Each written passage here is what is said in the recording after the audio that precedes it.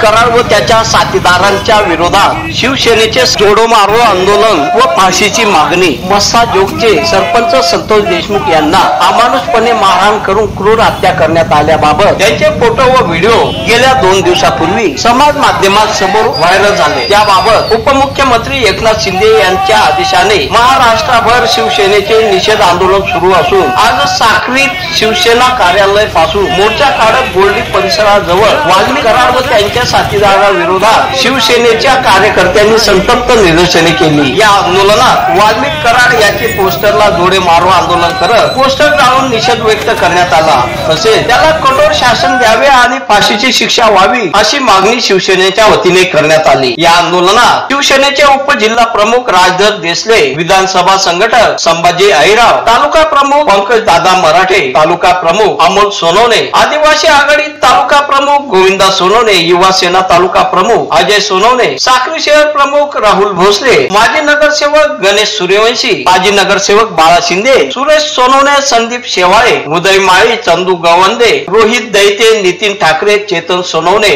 यासह शिवसेनेचे पदाधिकारी व कार्यकर्ते मोठ्या संख्येने उपस्थित होते. कराड आणि त्याच्या साथीदारांना फाशी फास्ट ट्रॅकच्या माध्यमातून लवकरात लवकर व्हायला पाहिजे अशी शिवसेना साक्री तालुक्याच्या वतीने संपूर्ण शिवसैनिकांची मागणी आहे.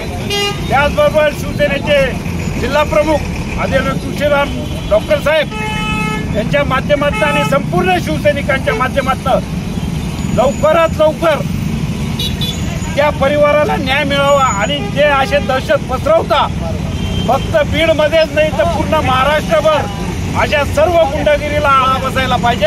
यासाठी हा मोर्चा आणि हा निषेध जोडे मारो आंदोलन आज शिवसेना साक्री तालुक्याच्या वतीने आज करण्यात आला आणि आम्ही सर्वजण या गोष्टीचा जाहीर निषेध करतो आणि याचा फाशी लवकरात लवकर व्हावी अशी आमच्या सर्वांच्या वतीने मागणी करतो आणि थांबतो. जय हिंद, जय महाराष्ट्र.